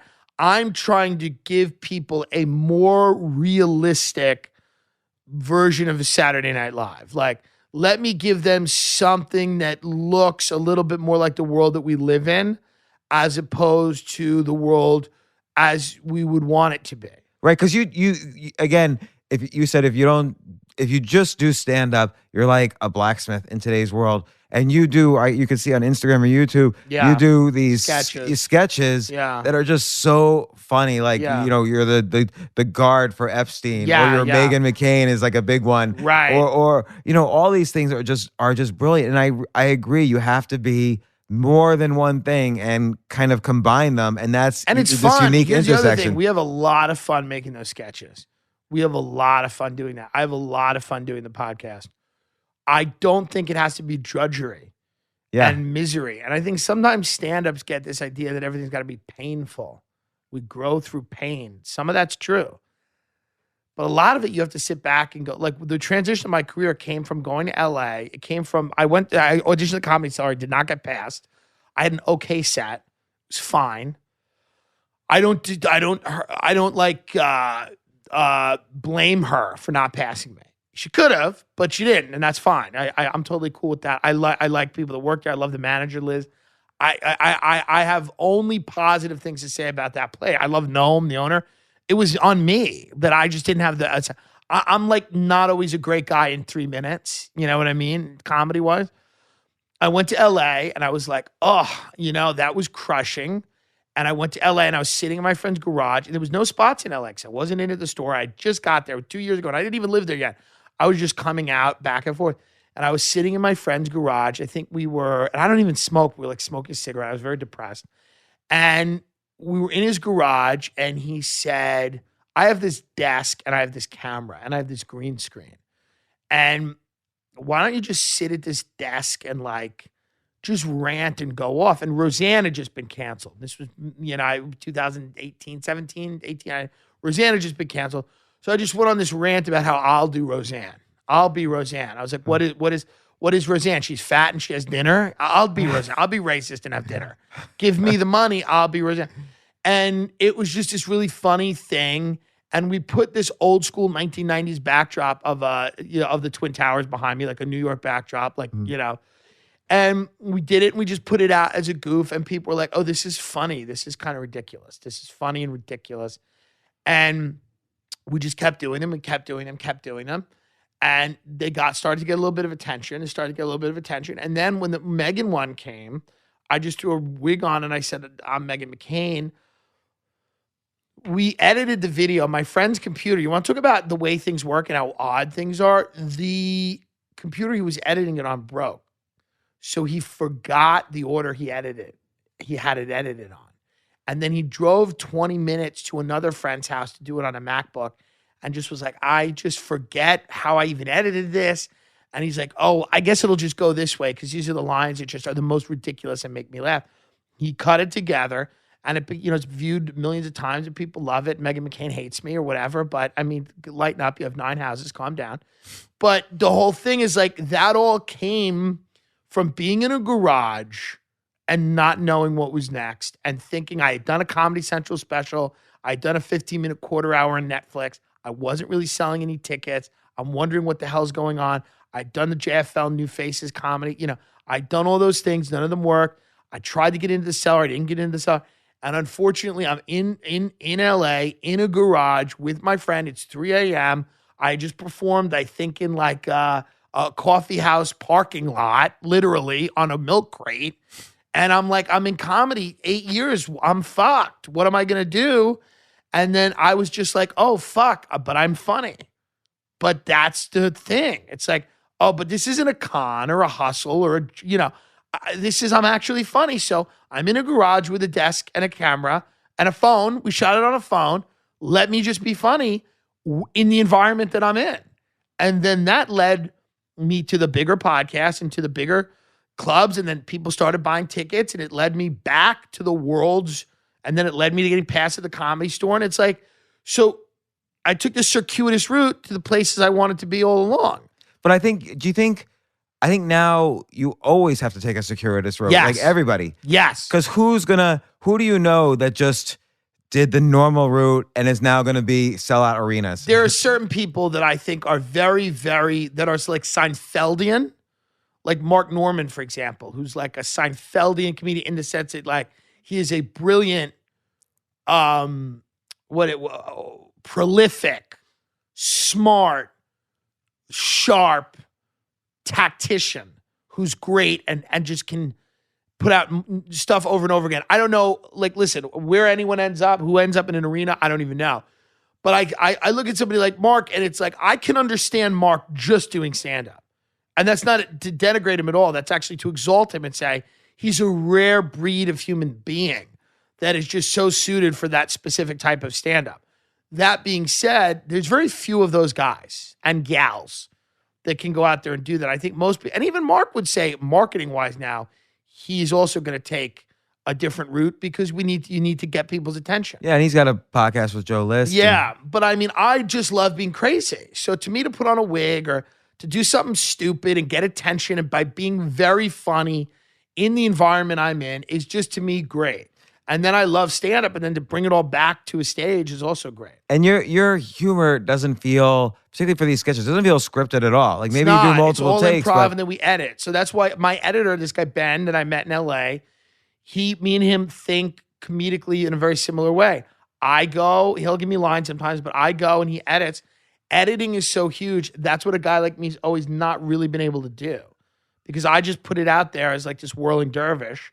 And he's able to go, okay, let's try to find the through line here. Let's try to find what's funny. Let's try to punch it up. And I feel like although you're trying to be funny, like that's more of a skill than, hey, let me go into funny mode. It seems like, again, you have something, you know, it's Wrong almost with me. Yeah, That's something what funny people. But that's just it. It's like every artist, every writer, every comedian, there's something damaged inside, and you kind of have to find that place and let it sort of come from that guttural 100%. place. Yes. Because like when you're talking in office parties, you're not just sort of observing from afar. This is what an office party is like. It's like you hated your existence, it felt like, when you were in an office party. I was and then taking you myself exaggerate. back to that. And I do this stream of consciousness on my podcast, but I'm taking myself back to literally standing in a bar on Long Island, bar restaurant on Long Island, knowing I shouldn't be there and what that felt like. And that applies to anyone that's ever been somewhere where you know you shouldn't be. But that doesn't mean that all of you shouldn't be. That doesn't mean that there aren't parts of you that can make it work. But it was just standing in a place where I knew this is a stop on my journey. It's not the end of my journey, and I shouldn't be there. And I think that like that was where that episode was really funny because it allowed me to kind of just beam myself back to be that guy and the absurdity of the people and me interacting with them. It's not a neg on them. It's not a neg. It's just me not being there. It's the same thing if I was at the New York City Ballet and we're all in the back, we're all talking, and they're like, what is this? And it would be the absurdity of me being somewhere I shouldn't be or I don't belong. And I would say working at the New York City Ballet. I guess if I was just there, it would be okay. I just saw the Nutcracker. It's great. But just getting tickets. yeah, I love it. I see it. I saw it like 10 years ago. I love it. I think the Christmas show is trash, and the people who see that should be killed. But I like the Nutcracker because it's very wealthy, well-dressed families from Scarsdale, which is where I kind of want to spend my time. And not Rangers jerseys and like cheese. It's like, ugh. But so I think that a lot of it is like, can you remember? And I put myself back in the spot, and that's where just it was really funny because like I was just like, oh fuck, I live this. Yeah, but then you take it like that extra absurdist level, where it's just like you're in the brains of all these people and what their goals in life are, and projecting like what they want and how they're justifying not getting it. Well, and that's the comedic angle of like, it's a comedic angle for you. My family gets mad. You know, I have to see I shit talk my family a lot. I have to see them. Boomer Christmas. Yeah, I mean, I have to see these people, and they're like, we don't talk like that. I'm like, yes, you do. I mean, those are lines my father has said. I love my father, but these are lines he has said. He's literally said to me and my friends when we tell him about like one of our other friends who's like, Dad, my dad's like, you got to golf. You got to make time to golf. He goes, the older I get, the more I regret. He goes, even just play 9. Just play 9. Take a half day. I mean, it's just like, these are lines from not only my dad, but the boomers that I grew up with in Long Island, my friends' parents, who would talk about buying condos for all of dinner. Like, we want to go to Naples, and it kind of, and I love these people. I grew up with them. It's not that I dislike them. It's like you make fun of the things you know and love and care about, you know? And that's kind of what people don't understand. Bill Hicks used to shit on the South, but he was from the South. He knew the South. A lot of it frustrated him. You know, a lot of people, Sebastian Maniscalco makes fun of the people he grew up with and their mentality and everything, but he loves them. I mean, so it's like as much as they're just ripe for parody.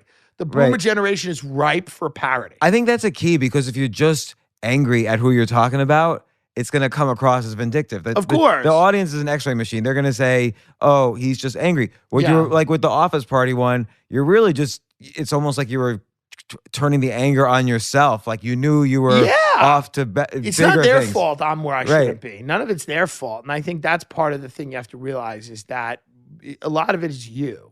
But it's just very funny to look out at places in your life you've been that maybe you shouldn't have been and figure out like, how am I going to extricate myself from those places? And, well, it's interesting for me because like, so I've been writing books for 20 years. So the first, let's say 8 or 9 years, I was writing about finance and just wrote finance books and wrote for the Wall Street Journal, whatever.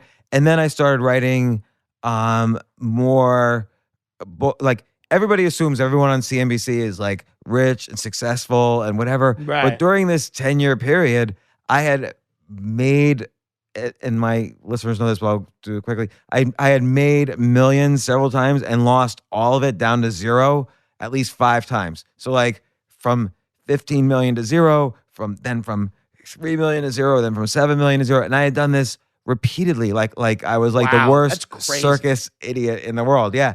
And so instead of just writing some finance book, suddenly I started writing, look, this is what really happened. And it felt so real to me. This was for me, my career transition.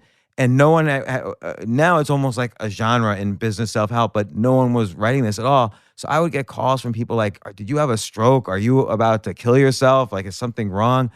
And my rule was I couldn't publish a piece of writing unless I was afraid of what people would think. That was rule number one. Like, Right. unless I was afraid what people would think, I couldn't publish, because then I'm writing the same thing everyone else is writing. I'm just in that zone, that Right. comfort zone of what everyone else is writing. But if I go out of it saying like, look, I went broke, you don't have to listen to me anymore, but this is then what happened after that. And this is all the shitty things that happened when I was going broke. And this is what actually happens to your friends and your family while Right. you're going broke. And so suddenly my audience 10x'd, and it changed everything for me. And at the same, but another rule I had was I should only hurt myself. I can't hurt or blame anyone else. Right. And because it is really only about me. And that said, though, I still lost friends, family, coworkers, opportunities. You know, it's just you have to be okay with your whole life changing once you make that sort of honest transition. Yeah. And that's okay. I think that's good. Change is good. Yeah. Change is good. Look, for you went out to California. You stopped doing, the clubs in New York. I think there's a Yeah. certain safety factor. Like Yeah. a club owner wants people who are interesting, but also doesn't want the audience to give bad reviews and so on. So it maybe is I think New York it's just there's a flurry of activity. California, you have to create that. There is not that. New York, you can do spots all the time. You can be around things that are happening. There's just this inertia that feels like it's moving you forward, whether it is or it isn't. In California, you truly have to create that. That starts with relationships more than it does in New York, because California people make the time to see each other. You don't bump into each other. It's far less casual there. So when you're working, if you drive, and if you and your buddy each drive a half hour to meet somewhere, you're going to make that time more valuable than if you're just walking down the street. You would anyway.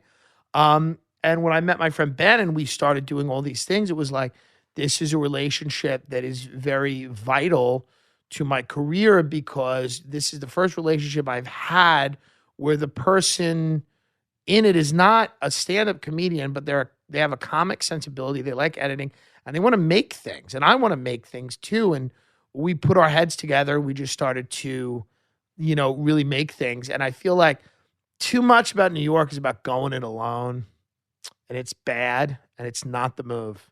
Going it alone, it's me against the world, and I'm on the subway alone, and I'm in the rain, and I'm miserable, and I'm cold, and I'm the one on stage for 5 minutes, and I'm killing, and this, that, and the other thing. But it's like, nobody's an island, and I think you need to find people that have the skills you don't, and you need to collaborate. You need to learn how to collaborate. You need to learn how to make things. You need to learn how to, develop different things. And too much in New York is about going it alone. And in LA, it's not that isn't possible. You can go alone in LA, but even just carpooling, the idea of like people are like, all right, you drive today, I'll drive tomorrow.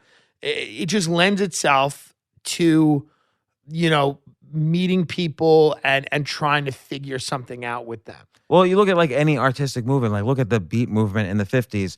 Jack Kerouac, Allen Ginsberg, William S. Burroughs, and a few other people, but mainly those three. They all hung out together at Columbia. They kind of grew up as a scene together. They did completely different things, but Allen Ginsberg would fly to Morocco and edit William S. Burroughs' Naked Lunch. Allen, they would help, everyone rejected On the Road, but, they helped Jack Kerouac get On the Road published. So it's sort of like, in the art world, the same thing has happened. I think you're right. You can't succeed going it alone. You have to kind of find, not your tribe, I hate that. That's like almost like a self-help, but like your scene somehow that you're going to grow up with. And I feel like you have it to some extent. Like I put you, Andrew Schultz, Chris DiStefano, Giannis Papas, you kind of like all in this group of people who are using social media, podcasts, and everything Yeah. to sell tickets just as much as your reputation from stand-up. Yes. You know, like you said, you were on Comedy Central to do a half hour. Netflix, you did a quarter hour. Your podcast is probably viewed much more than those things. Much more. And it's better. And the reason it's better is because it's not a 15-minute, Yeah. you know, I mean, it's just better. It's more, if you want to get to know me and if you wanted to become a fan of me, I would much rather give you hours of content of raw, unfiltered me than I would give you a 15-minute edited, you know, scripted. They're jokes I'd worked on. And so to go from one to the other, to me, it's like, it just so much of today's climate feels like it lends itself more to like the authentic. I think that's what attracts people. I think that's to key. people, right? Is authenticity. Too much of comedy is a veneer where people aren't the people they are pretending to be, or their comedy's a magic trick. And you kind of get the idea now that, oh, if this guy wasn't telling those jokes, he'd be like miserable and I don't want to hang out with him. And he actually wouldn't say anything interesting. So I don't want that person. Well, and it's also a lot of I don't know anything, so I'm just broadly generalizing. There's some notion where some comedians are pandering to the audience because likability is considered a strong factor in stand-up comedy. But I like how you also, I see this with Andrew or with Chris Stefano, where you're able to take a strong frame with the audience. You're able to tell the audience to shut up, or you're able to say, but that's because they like us. I will be honest with you. That is because they love us. That's because we are likable. If we weren't likable, we couldn't do that. yeah, like in the WeWork, the set you have pinned to your Twitter, that WeWork, you're like, you're just a bunch of... And they like it. Yeah, they love it. Because they need, listen, we're in a world where Jimmy Fallon plays at Muppets and Ellen DeGeneres dances with people. It's like, it's not the real world. None of this is real. Seth Meyers is goofing around. Like Henry Kissinger, Miss Piggy, and Jimmy Fallon are playing footsie. None of this is real. And people know that. They go, what's going on? Because there's that world, and then there's a world of like school shooting, opioid crisis, Detroit's fall, like all of these things that are happening that aren't reflected in any meaningful way in pop culture. And, so that when somebody just fucking goes off and calls it out or say, like, people are like, oh, yeah, okay, that's... Well, how long did it take you, though, before you were able to go years from and years and years. What you thought was comedy to, years. what? I care about the opioid crisis, so I'm going to take that on stage. It's not even that, like, I care. Well, I do care. I don't want anybody to die of opioid. I'm a sober guy. But it's also, like, it's not even that I'm up there trying to make a point. I'm just calling out what this is. Like, I look at the world, I look at the news, and then it goes into Fallon, and I go, what the fuck? Because the news is just Trump, impeachment, Russia, North Korea, opioid, school shooting, and then you go to Fallon and he's playing checkers with Cameron Diaz, and that's the bit. The bit is that he goes to him and Post Malone go to Red Robin or something. I mean, that's the comedy bit, and I go, oh, this is an infantilized idea of what the world is, and I don't know who's the audience for this. Fat housewives in Galveston, Texas, who just sit there and eat pills and drink while their husband polishes his gun in their car? I don't know, but I don't understand who is enjoying this and who this is for. I guess it's for people that don't want to open their eyes at all to anything ever. I don't get it. I don't even think it's funny. So right, so you would take these things that were obvious to you. Then what was the evolution? And this, I promise we'll close this down soon. What was the evolution to turn that into something funny on stage? Because that's not so easy to take a viewpoint. I think the evolution was, the first time I did something like that was I was at the Grizzly Pear, which used to have open mics. And there was a Monday open mic that was really, really great. And I think I got there late. I was working in Staten Island. I was telemarketing. I was selling photocopiers over the phone. Was that the Comedy Mob open mic? I used to do Comedy Mob over there. No, it was something called Kinnison's Wake, and it was a lot of people who've done it, but DeStefano used to do it. But then also people, I don't know where they are now. I got up and I just started ranting and raving about how much I hated my job and my life, and how the Staten Island Ferry was the worst place in the whole city, and so was Staten Island, and and I know that because the boat to get there was free, and I just started going off on this toxic kind of and it was just doing really well, and it was just hitting with people because it wasn't like tightly scripted jokes. It was just kind of this idea of like everything sucks and here's why. And from there, I just started going, oh, that's kind of what people want from me is raw. And obviously raw in a sense where it's organized because they want you to be funny and consistent, but they want that raw, like, this is fucked and here's why. Where did you have a sense like I need to insert the funny in here, or did you just have this confidence that, okay, I'm going to be raw and I know it'll be funny? Well, it just started killing immediately. Uh-huh. So it just started murdering immediately because it was just a connection with everything I was saying was real to me. It was authentic to me. So even if somebody else didn't feel like that, it was funny because the funniest things to me are when it's real to that person. And that person's bringing you into their life with what they say. Even if you're like, that doesn't make sense, or I don't agree with that. Or, why was my office party rant funny? It was funny to people that had never gone to a Christmas party. That had never, I've messages from people that go, I've never worked in anything like that. And I don't know why I laughed. I don't know why I identified with that. I've never even been to anything. I've never even been to Long Island. I'm from New Mexico. I work at a zoo. I had a guy from hey, I work at some type of zoo, ecological preserve thing in New Mexico. He goes, I've never been to Long Island. He goes, why do your Long Island stories crack me up so much? I said, it's real to me. It's authentic to me. And that makes you laugh at it because I'm on the level and that somewhere out there, these people exist. These stories are real.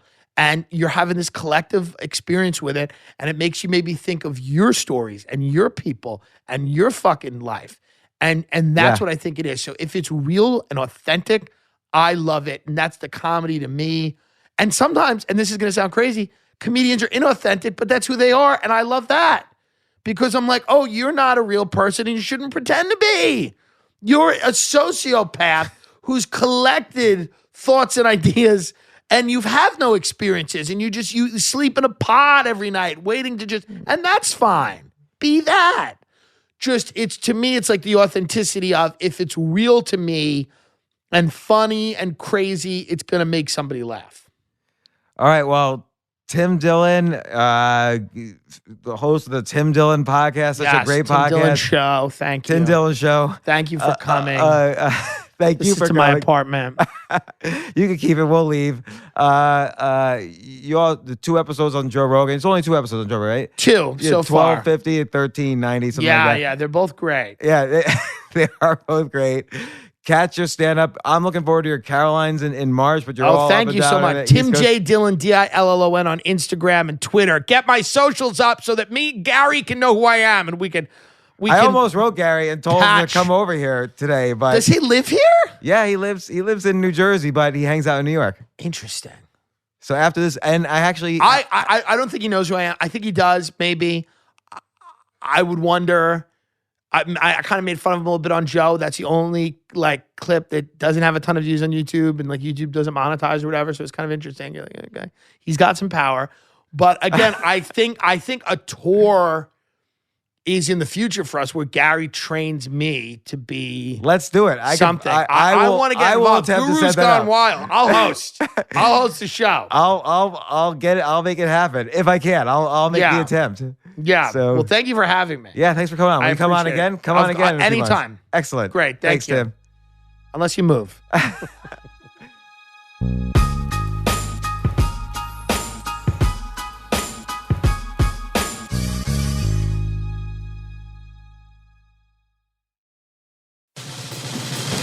These days, we're all investors, trying to be smart with our money despite our worst impulses. But at iShares, we believe that deep down inside of every investor is a better investor. One that's just waiting to be let out. Explore iShares ETFs and insights and let your best investor out. Visit iShares.com for more information.